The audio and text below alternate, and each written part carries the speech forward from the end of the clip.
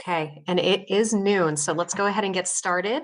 Hello, everyone. Thank you so much for being here today. My name is Joanna Smith. I'm a behavioral health consultant, and I am with the Michigan Opioid Collaborative. And today we're having our perinatal mini-series, which is a collaborative effort between the Michigan Opioid Collaborative and MC3. This is part 2 of our 4-part series. This is going to be on medications for opioid use disorder in perinatal care. We do have a lot of information to get through today, and we're excited to have you. But before we do get started, just a couple things to keep in mind. If you could please keep yourself on mute, that would be great. We will have some time at the end for Q&A. So please, at that time, feel free to unmute yourself and ask questions then, or you could throw your questions into the chat. Please go ahead, if you haven't already, sign into the chat with your name, your email address, and the organization that you're with. Your local behavioral health consultant will be following up with you afterwards with slides from today's presentation, as well as other information about MOC and other upcoming events that we have. So, like I said, this is a collaborative effort between MOC and MC3, as well as our Great Moms Model of Care, the Great Moms Model of Care. And this is just a listing of all the folks that are involved in each of these teams and everybody that was involved in the planning of this process. So like I said, I have your regional behavioral health consultant listed here on this page. These slides will get sent out to everybody afterwards. So if you have any questions, feel free to follow up with your local behavioral health consultant. And we're going to go ahead and do a brief overview of what the Michigan Opioid Collaborative provides. So I'm going to go ahead and throw it over to Megan for this. Thank you so much, Joanna. Thanks everyone for joining us today this afternoon. Just a brief description of what we do here at the Michigan Opioid Collaborative. We are an interdisciplinary team that supports providers and communities to increase access to office-based addiction treatment, expand care, and improve quality of care with patients with opioid use disorder and other substance use disorder throughout Michigan. MOC is grant funded through Blue Cross Blue Shield and the Michigan Department of Health and Human Services. We offer free same-day consultation services to help provide evidence-based quality addiction treatment. Our team of specialists are available to help with patient case questions related to treatment and management of substance use disorders. MOC offers quarterly introduction to buprenorphine trainings, as well as webinars on a variety of educational topics such as addiction, stigma, and substance use topics. We have a hepatologist on our team who offers Hep C treatment consultation within 48 hours, facilitates a biweekly case consultation webinar to review cases with providers, and has developed a 3-part webinar series on HCV treatment. We have created many toolkits for providers to have more resources when treating patients with multiple SUDs, and those can be found on our website. The Michigan Opioid Collaborative also has behavioral health consultants around the state that are happy to help facilitate trainings, answer questions, troubleshoot with technical assistance, and be able to provide an extra support to your organization or your community. Please take a look at our website for events and contact information, and we hope that you will enjoy our second part of 4 for today's webinar. Joanna? Thanks so much, Megan. So I'm going to go ahead and stop sharing my screen so that we can go ahead and get the presentation started, and I'll hand it over to Dr. Kara Poland, who will be going over MOUD and perinatal care today. I have like 12,000 things open on my computer, so I just shared my whole screen. Joanna, did we need to have anybody from MC3 give an introduction to MC3 while we're doing introductions? I just gave an overview of all the MC3 folks, so okay. I think you can go ahead and get started. Sorry, maybe I missed that. I apologize. I apologize because I was a few minutes late jumping from meeting to meeting. Thank you so much, everyone, for joining this session. I hope people were able to join the previous session that Nancy did last month. As Joanna already mentioned, there will be 2 more sessions coming out over the next 2 months to kind of continue this this journey together as we look at opioid use disorders, and mental health in pregnancy. Just as a reminder for folks and for anybody who wasn't here last time, Nancy did a trauma-informed care and a trauma background discussion for this group last month, and I believe that is going to eventually be posted on the MOC website. Otherwise, I'm sure we can share a PDF of the slides for folks that are interested. I nor any of my family members have any relevant financial disclosures. I know I'm kind of preaching to the choir for a lot of this, but I always like to set the bar high, that addiction is a chronic illness.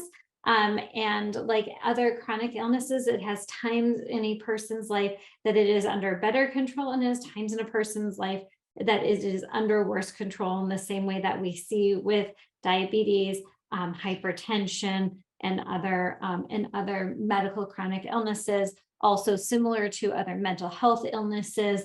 So people can have multiple major depressive episodes and that kind of influences how we treat them and what sort of follow-up we provide them on that longer term, meaning, years and decades basis.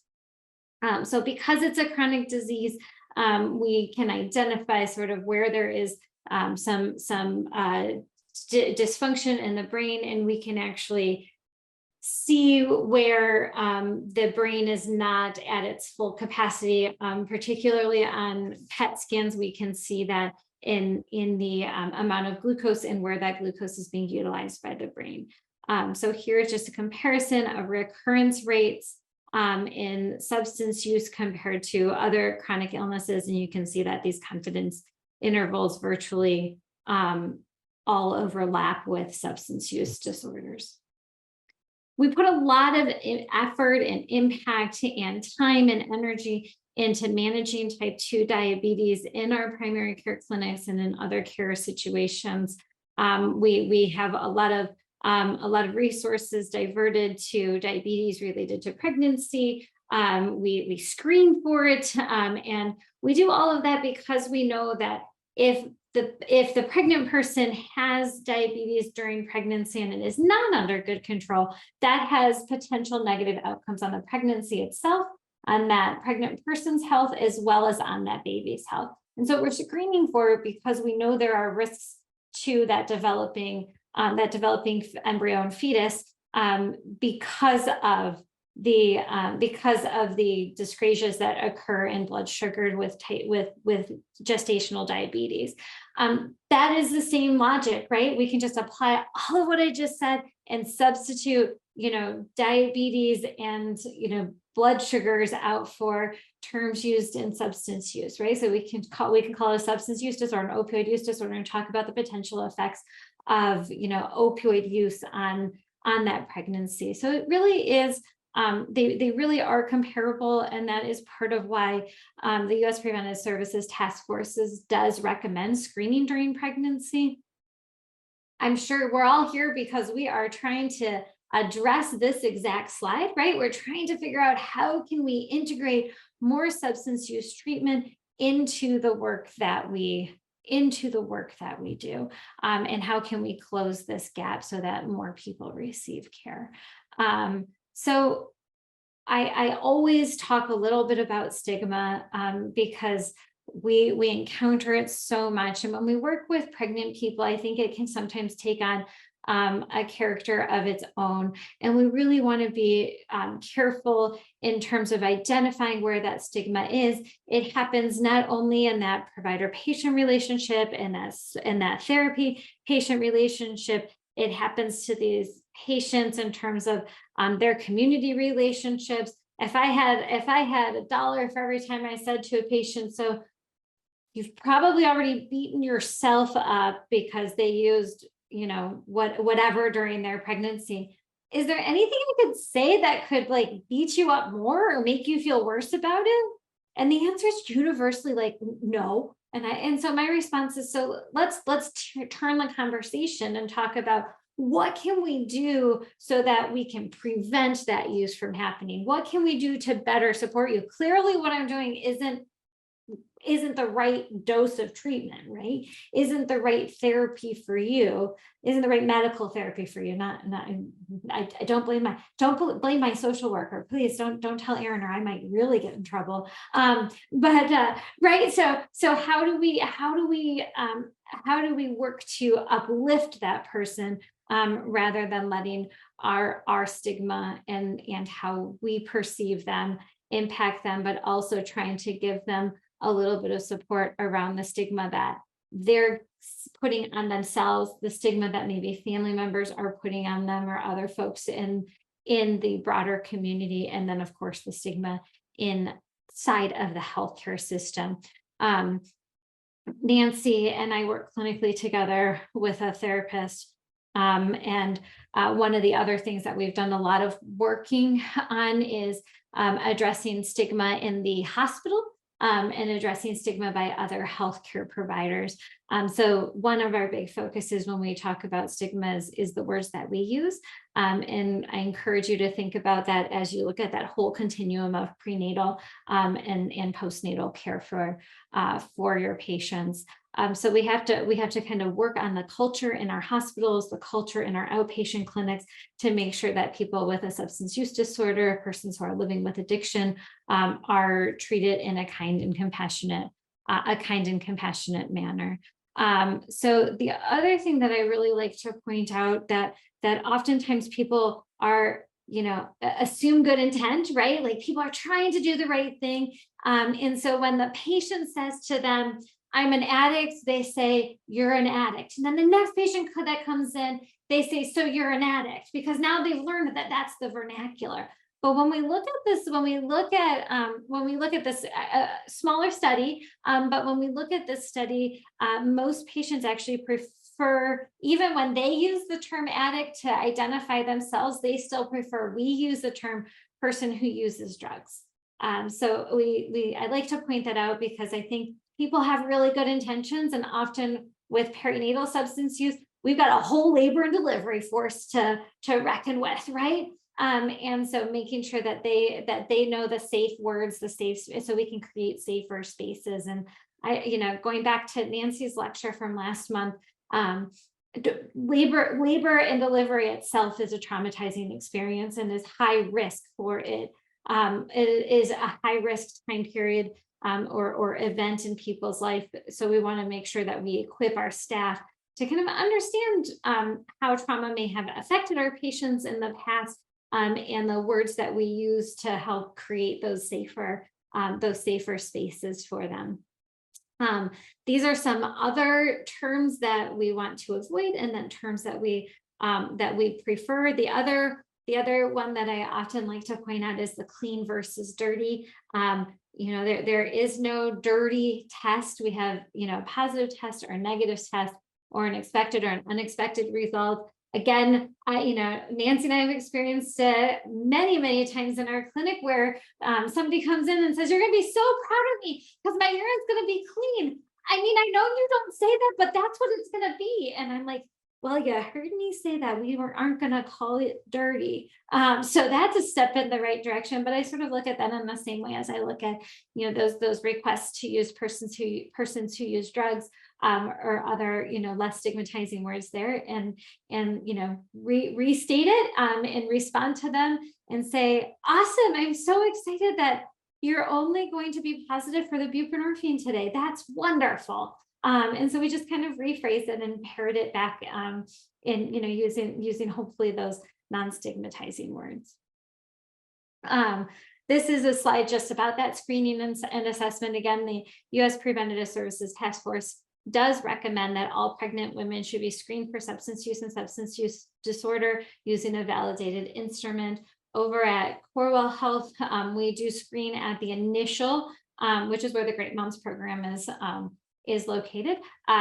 We do screen universally for all pregnant people throughout the system at that initial prenatal visit. We've also worked with the Kent County Health Department to ensure that as many of the private practices and the other healthcare systems like Trinity Health and in University of Michigan West are also using validated screening tools to ensure that there is equitable care across the board for our pregnant people. So let's talk about antenatal opioid use. So I'm just going to pause to point out that when we're talking about studies, because many of them use gendered pronouns, you'll see gendered pronouns. I try to use the more neutral terminology of pregnant people when able and when appropriate. So antenatal opioid use increased just over fivefold from 2000 to 2009, and then 131% from 2010 to 2017 when looked at delivery. So we do see that this is more prevalent than I think people have realized in the past. And with a significant number of those individuals reporting misuse of opioids, even when prescribed. I just had a patient yesterday where, I asked the open-ended question of, so how are you taking your buprenorphine? Their trade name Suboxone, but how are you taking your buprenorphine? And she described taking it 3 times a day. And in my notes, I had she was taking it twice a day. In the prescription, I had she was taking it twice a day. And she was regularly forgetting that middle of the day dose, because who wouldn't? I would too.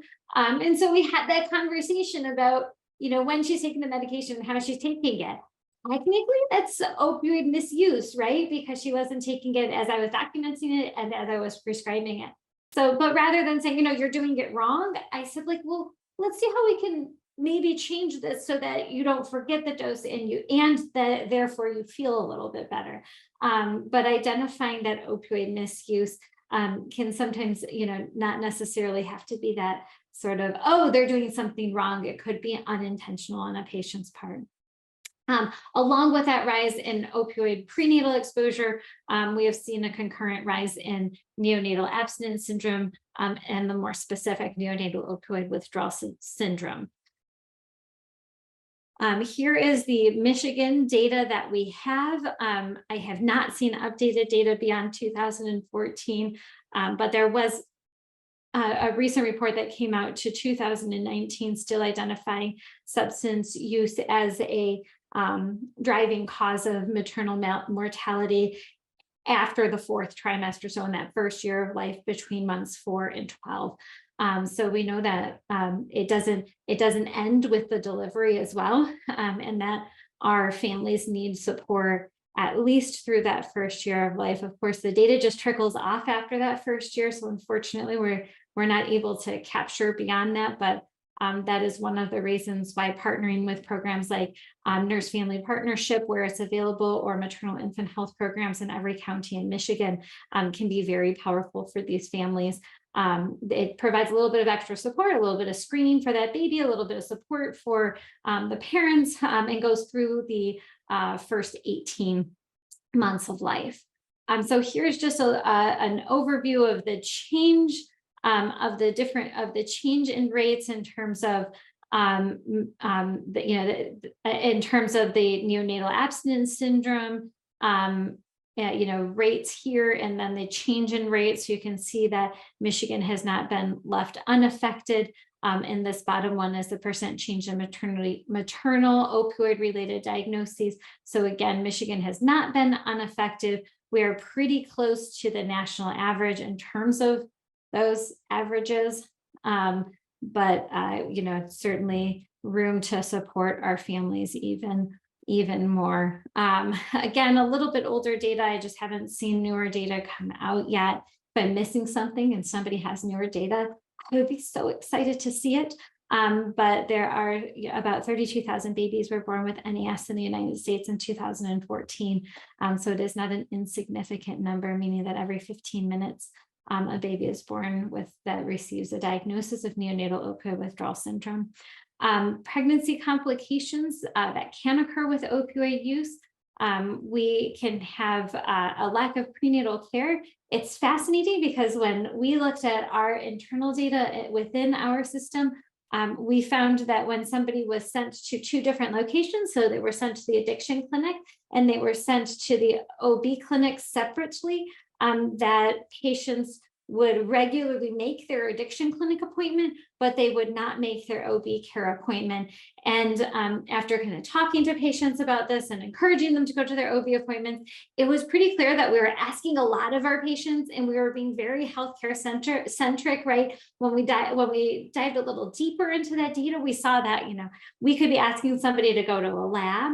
We could be asking somebody to go to an ultrasound. We could be asking somebody to go to a prenatal care appointment and to the addiction care appointment.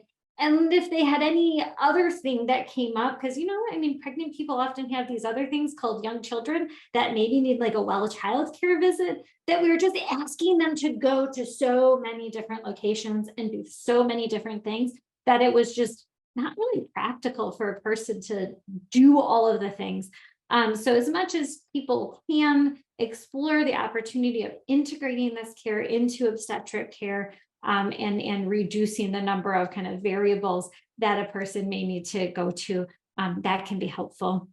I'm sure folks read over some of the pregnancy-related complications, but certainly does increase the risk of very significant pregnancy complications.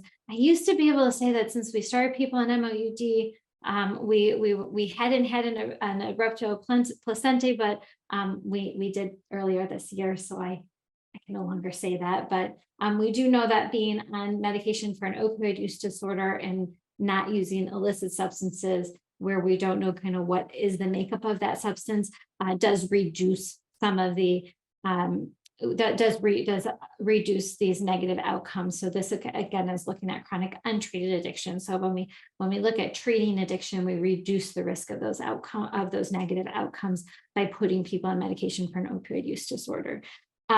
We are going to talk in the future about about co-occurring throughout in the series about co-occurring mental health conditions, but certainly we don't want to forget that many people with a substance use disorder have a co-occurring mental health concern. And then the other thing that I'm regularly pointing out to many patients is I'm actually more concerned about their nicotine use or their tobacco use than I am about their medication for an opioid use disorder. We also do a lot of education for hospital-based practices around the fact that when a baby is diagnosed with neonatal abstinence syndrome within the first 24 hours for a patient who is on medication for an opioid use disorder that has that longer half-life, it's actually more likely to be nicotine and tobacco related than it is my medication related, buprenorphine or methadone related. And that's often a strong teaching point for our collaborators. So maternal opioid use has been shown to be neurotoxic to the embryo.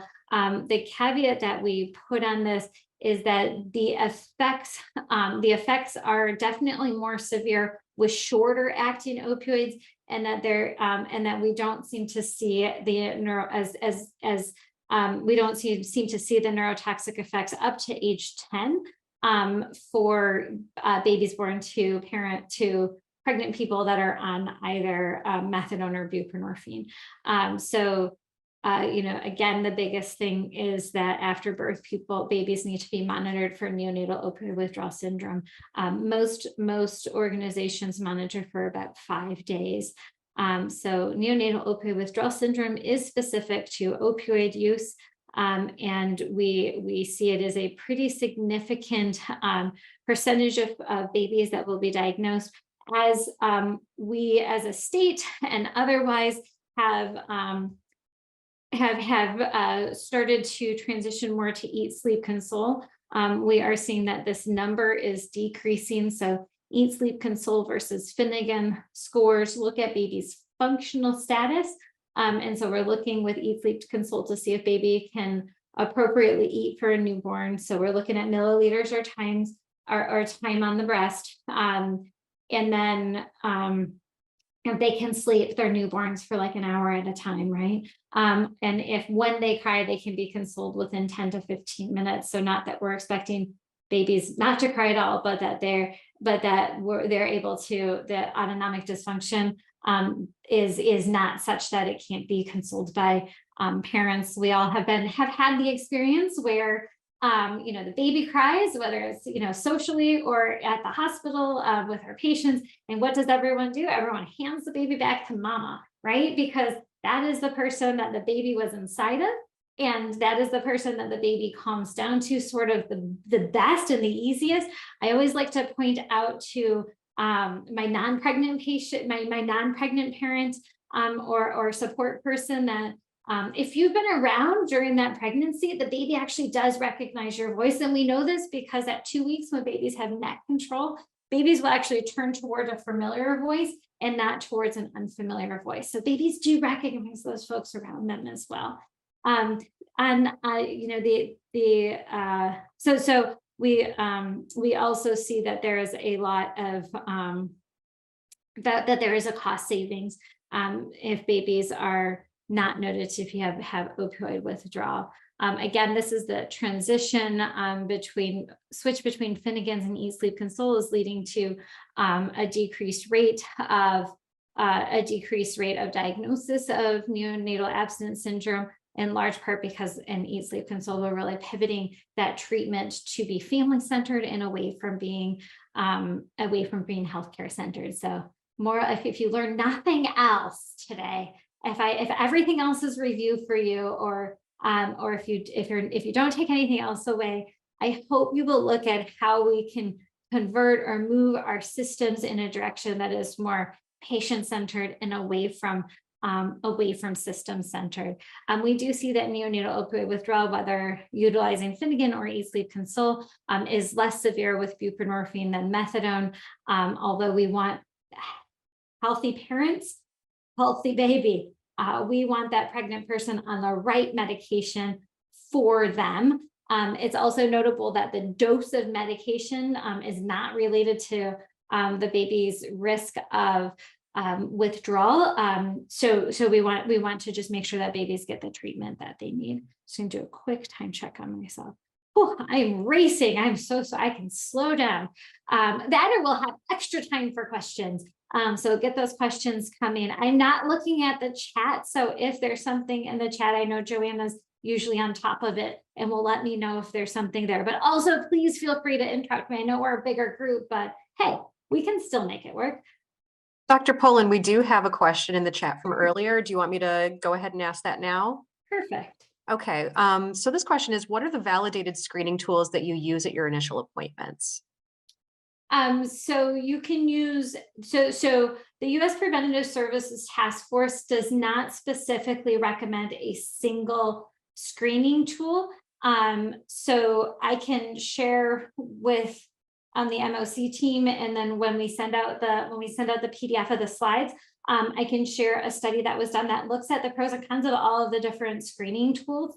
Over at Corewell Health, we use the 5P screening tool. However, I will note that that is not actually the one that is most effective, but it was built in, and we went with it because something at that point was perfection versus what we could get in terms of a validated screening tool. So I'll send that document over. If I forget, remind me, but I wrote down screening study on my paper here. So hopefully I know what that chicken scratch means when I review my workflow for today.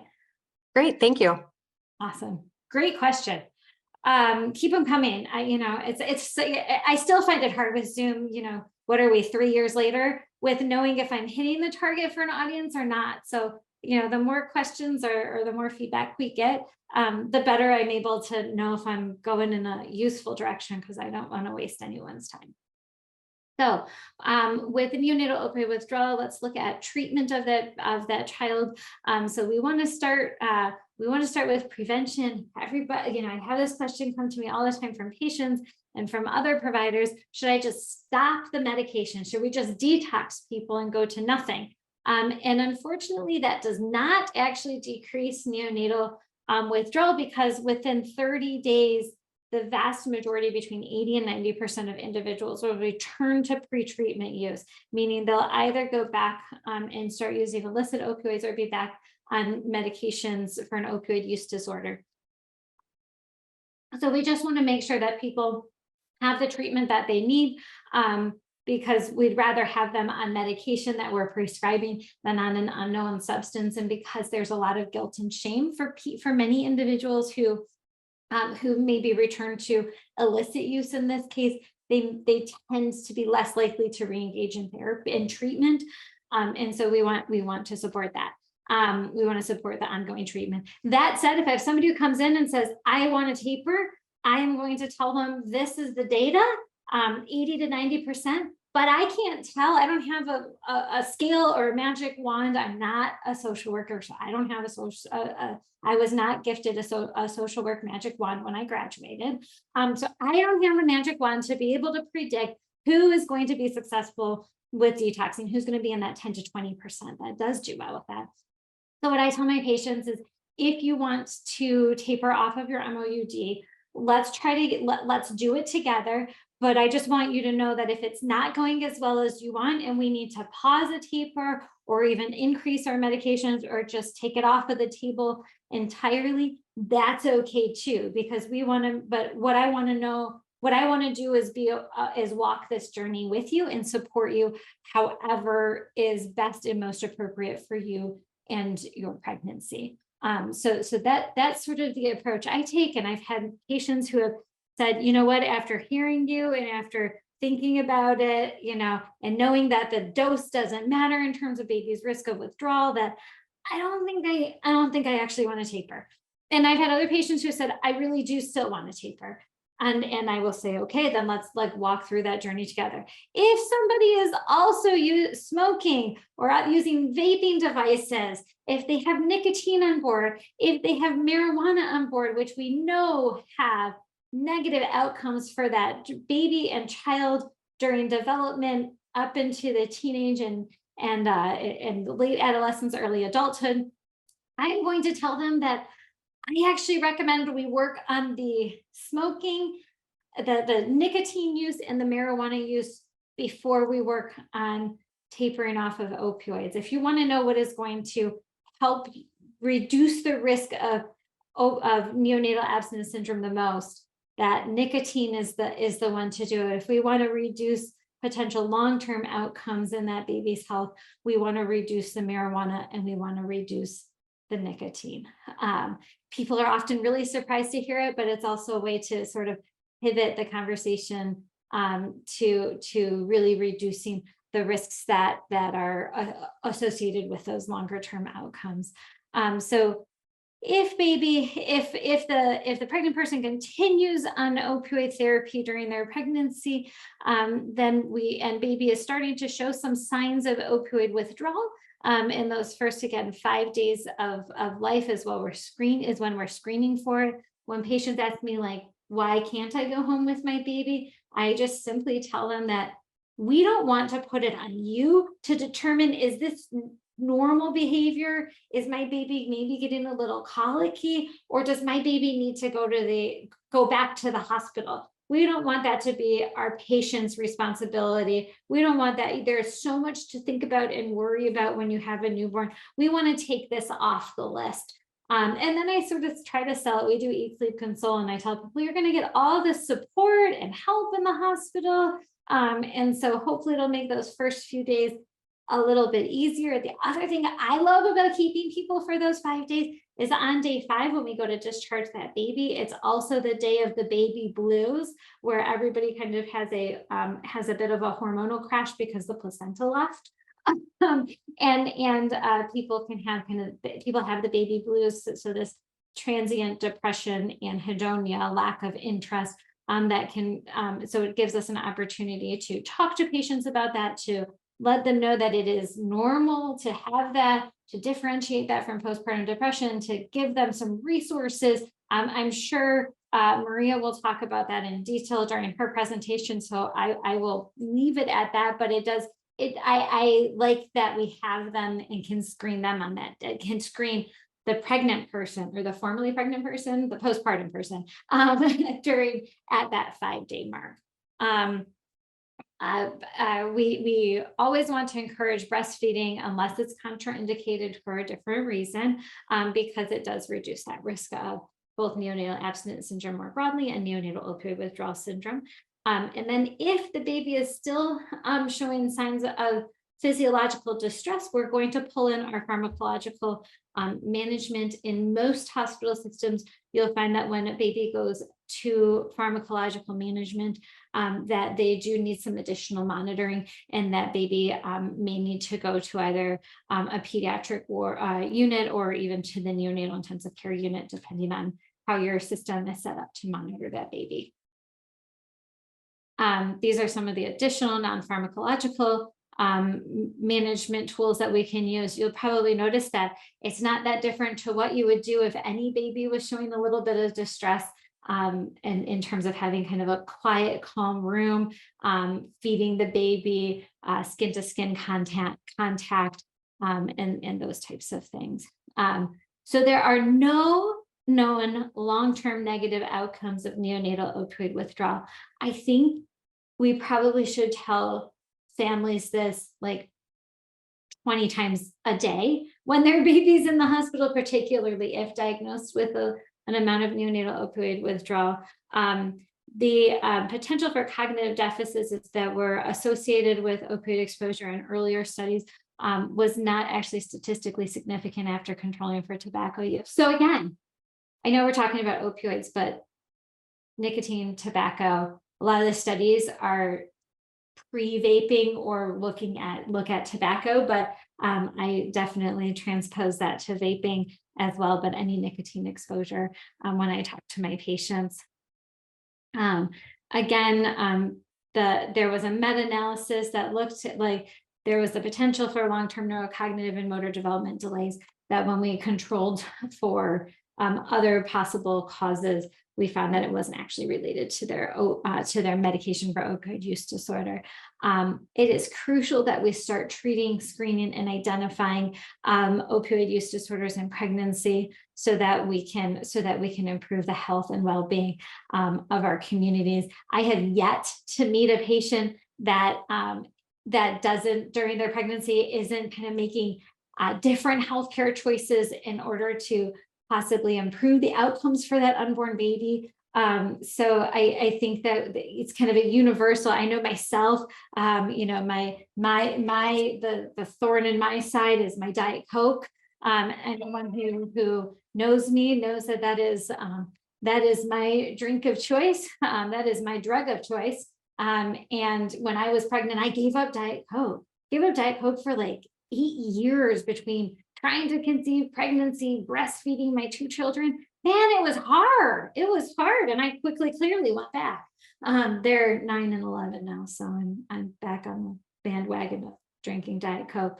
But every pregnant person makes some of those changes in their treatment, in their health and their lifestyle when they're pregnant, to try to improve those outcomes for that baby, whether it's diet, exercise, taking care of their chronic health conditions in a different way. We also see this with diabetes, where people are more aware of how they can better control their diabetes during pregnancy, when maybe they weren't doing as much of that when they were not pregnant.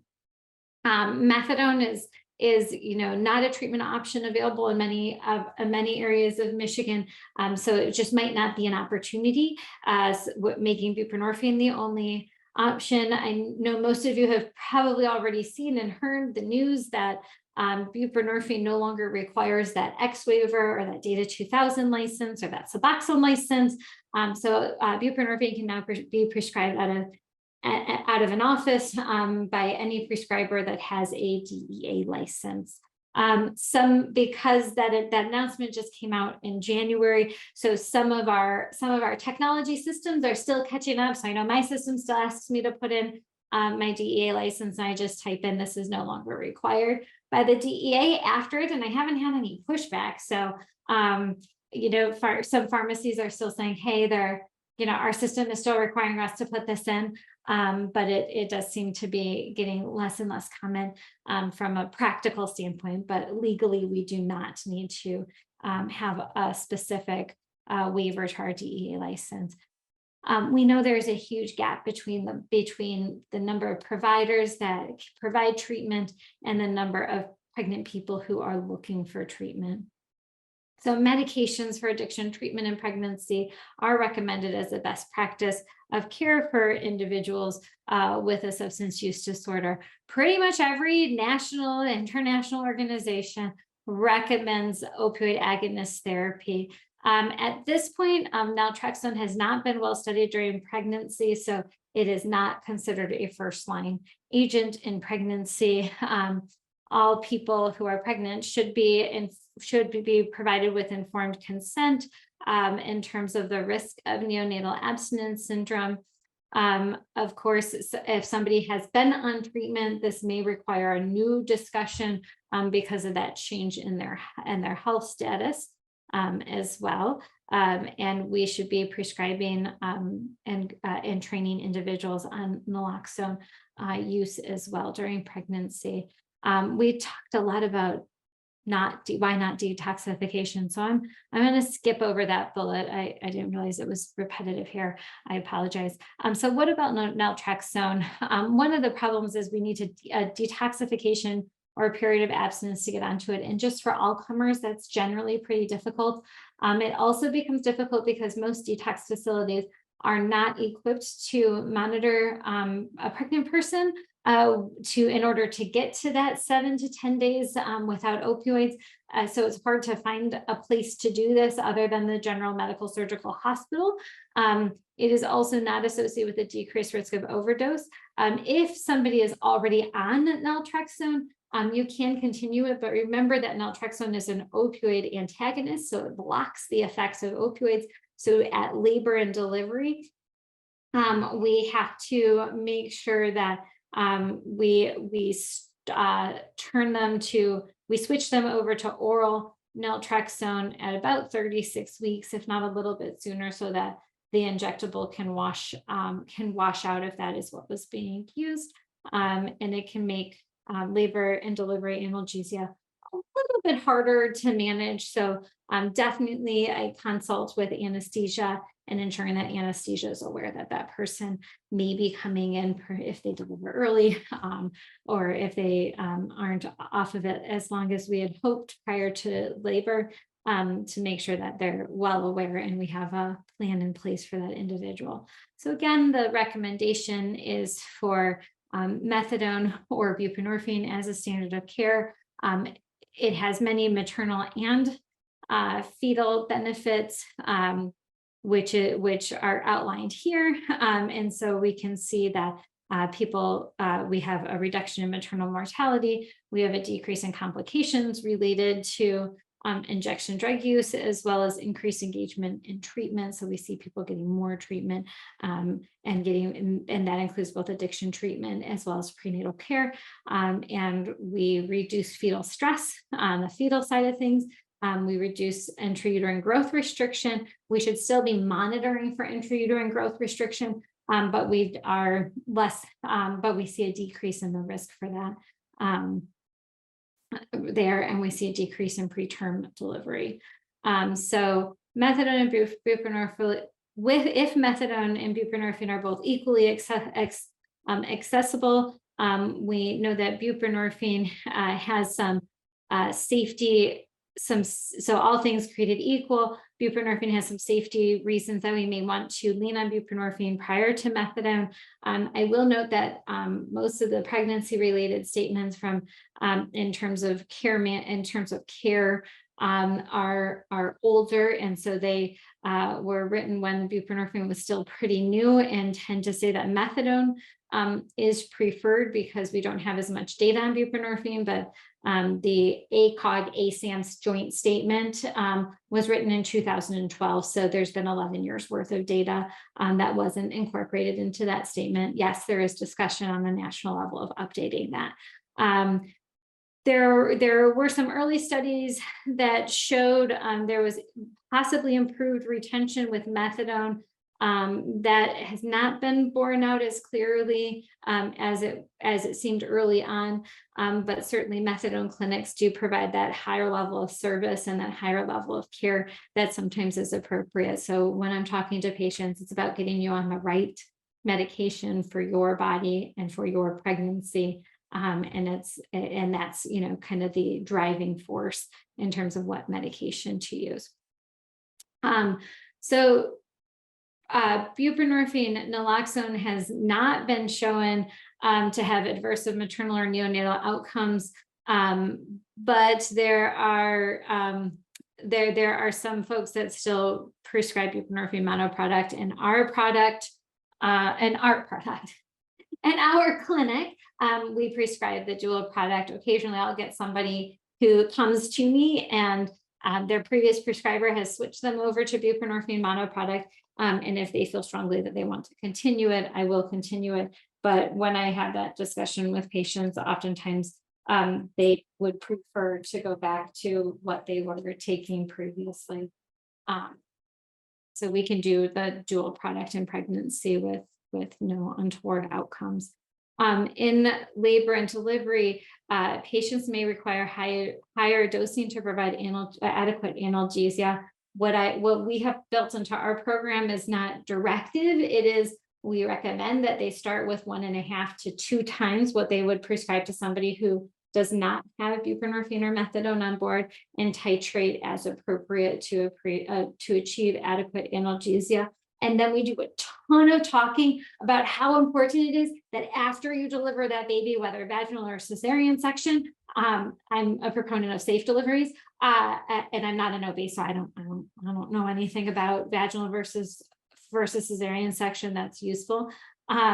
We want you up and walking, because up and walking is what reduces pain the most. That's why, you know, post-operatively, it's a marker in the hospitals. How quickly do we get somebody up in a chair and up moving around? So we hit that hard prenatally as well, so that patients are expecting it. And I tell them, you're going to be exhausted. You're not going to feel like walking, whether you have a C-section or a vaginal delivery. You're not going to really feel like it, but I want you to get up and walking as soon as somebody comes in the room and offers it to you, because we want to make sure that we get the blood flowing, we get things moving, and we get some of those pain molecules and toxins kind of flushing through your system, so they're not just sitting there. And the best way to do that is with blood flow. So up and walk, up and walk, up and walk.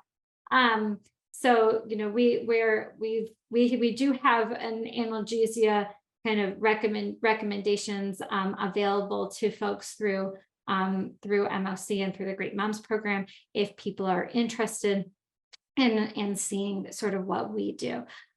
This is the data from the state of Michigan through 2019 that looks at that those maternal deaths happening kind of within that postpartum period, and the majority of them happening in that 4 to 12 months postpartum, and kind of looking at what those overdoses also tend to increase as we get further along in that baby's first year of life, and certainly when people are on pharmacotherapy, that is lower than when they're not on pharmacotherapy.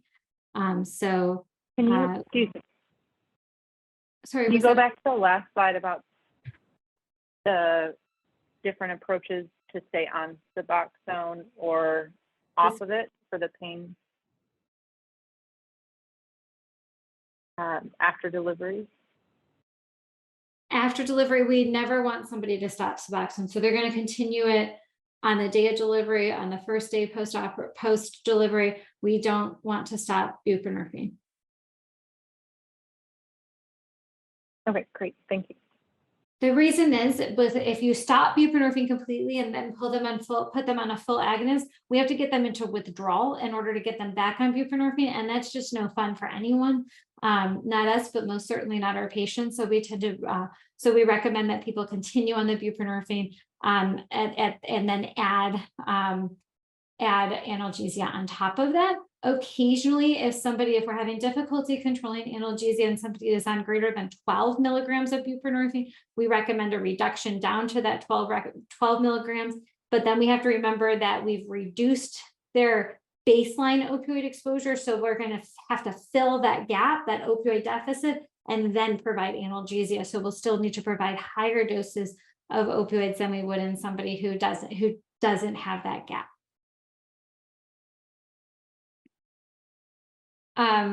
So we can see that the leading cause of pregnancy associated but not related directly to the pregnancy, maternal mortality, is related to substance use disorders. So that is why this time period is a target for for us. And again, these pregnancy associated, not related directly to the pregnancy mortality, can occur during pregnancy or the 1 year period post pregnancy. And you can again see that the majority of those deaths, 68% of them, are in that 43 days or more postpartum, unfortunately. So this is part of why we recommend what I like to call piping hot handoffs, not just a warm handoff, for OBs who are transitioning patients after that 6-week postpartum visit. In our Great Moms program, we will actually keep people through as much as 1 year postpartum. And then should people wish to continue with our therapist actually goes into the family medicine residency program and can kind of make sure that that patient has their story continued and continues with her as a therapist as appropriate. So we want to maintain people on their medication throughout the postpartum period. Historically, there were people who would stop their medication in the postpartum period. So I'm going to speak a little bit specifically about the Great Moms program. We started at Corewell Health about 6.5. We're in our 7th year of providing care in our clinic. I mentioned that when we looked at our data, we noted that we were asking people to go to multiple places in a week, and that maybe we were being very healthcare centric. So we actually found that patients prioritize their MOUD visit and their ultrasound visit. They didn't want to feel sick if they didn't get their MOUD, and they were scared that if they went into withdrawal, that would their baby would feel that withdrawal. So they were trying not to distress their unborn child. And then they would prioritize their ultrasound visits, because I too wanted to see my baby when I was pregnant, right? So they would prioritize those two. That led to decreased prenatal care. They were marked as lacking prenatal care in the hospital. And then you can imagine that we provided a little bit of judgment and stigma towards those patients in the hospital-based setting, because we didn't see the whole picture, right? We saw the missed prenatal care visits, and we didn't necessarily see, kind of all the things we were asking people to do, and I guess the logical decisions that they were making, right? In terms of attending the MOUD visits, because we know that untreated opioid use disorder or missed medication, increases risk of the outcome of death. So we came together with the addiction medicine team and the maternal fetal medicine teams came together, and we started a program that integrated care. We wanted to make sure the system was patient friendly, provide as many of the services in one location as possible, and make sure that people had linkage to care on the outpatient side. So before us, we would, people would get discharged back to their PCP, they'd get lost in the transition. And now again, we see our patients up to a full year after the birth. And then I tell my patients, all I want you to know, because when they come and they first start seeing us, is when you're done being pregnant, there will never be a time that I'm like, here's your 30-day prescription. Good luck. I want to make sure you make it to that next appointment. If, life happens and you have the appointment on, March 3rd, and then you have a sick kid or your car breaks down, we want to know about it, because we will refill that medication to a rescheduled appointment. I mean, within reason. Sometimes we have to have hard conversations with our patients where we're like, okay, we can't keep doing this, and we're fortunate that also at Corewell, there's a clinic that does walk-in hours, 5 days a week. And then of course, many program places also have ED-based medication starts. So those are, other opportunities for patients as well. So in 2022, we had 42 patients that enrolled and 43 babies, because we had twins. And you can see our average gestational age was 37 weeks. I should really put an asterisk there to note that we deliver all of our babies by 39 weeks. So that average has been inching up over the years for us. We had 5 of those 43 babies. So 12% were admitted for neonatal abstinence syndrome. Babies were admitted to the NICU for other reasons not related to NAS. So we capture that as well. According to ACOG, in a traditional OB office, about 40% of patients come for that 6-week postpartum follow-up. Ours is in the mid-70s, which is really exciting to me because there's a reason we ask people to come for that 6-week postpartum visit, and we really use that medication, that buprenorphine naloxone, as kind of the carrot for that appointment as well. So we've done also a lot of work with a hospital in order to make the hospital experience more person-centered, and in order to really increase the dialogue between the pediatric providers in the hospital, the OB providers in the hospital, and whether that's the prescribers, the doctors, the nurses, we've done education, including the clerks. We've done education in the MFM office where we're located, just to help people understand how to approach these folks and how to safely take care, to create safer environments for those individuals. And of course, all of that is predicated on trauma-informed practices, as Nancy discussed last month. So we are hoping that we are creating those support systems for our patients to assist with any barriers to care that they have, and engaging the birth parent as the leader in their recovery, and us as supporting actors and actresses in order to support them as well. So we've worked to really improve that antepartum experience, and we've made some iterative changes, with the general guiding light is that if we can keep the parent engaged in treatment and provide support through the first year, then hopefully we can set those families up for longer term success. So the things we covered broadly: screening for substance use and substance use disorders is universally recommended in pregnancy, and I will hopefully get that screening study to the MOC team today. And pregnant people should be referred to treatment or provided treatment in their generalist OB office. We want to make sure that people receive opioid agonist therapy and are not recommended detox, and that postpartum period is a high-risk period. So having gentle, kind handoffs when appropriate is what we hope to see. I end all of my talks to all the people who've lost their lives to addiction and those that try to prevent further loss. Losses, as many of you already know, my brother died of a self-inflicted gunshot due to his secondary to his depression related to his alcohol use disorder. And so I thank you all. Many of my pregnant patients are in that same age group as my brother was when he died. And I thank you all for being here and working toward a safer, healthier Michigan for the future generations to come. So thank you so much. I think we left a few moments for questions. Thanks so much, Dr. Poland. Really appreciated that information. And we do have just a couple minutes left. We are coming close on time, but if there are any questions, please feel free to unmute yourself or put into the chat, and we'd be happy to answer them. And if there aren't any questions, then I did just want to thank everybody for joining us today. Thank you so much for being here of session 2 of 4 of our MOC MC3 perinatal mini-series. Your behavioral health consultant will be reaching out to you to follow up, let you know about our next session, and provide any slides that were presented and discussed today.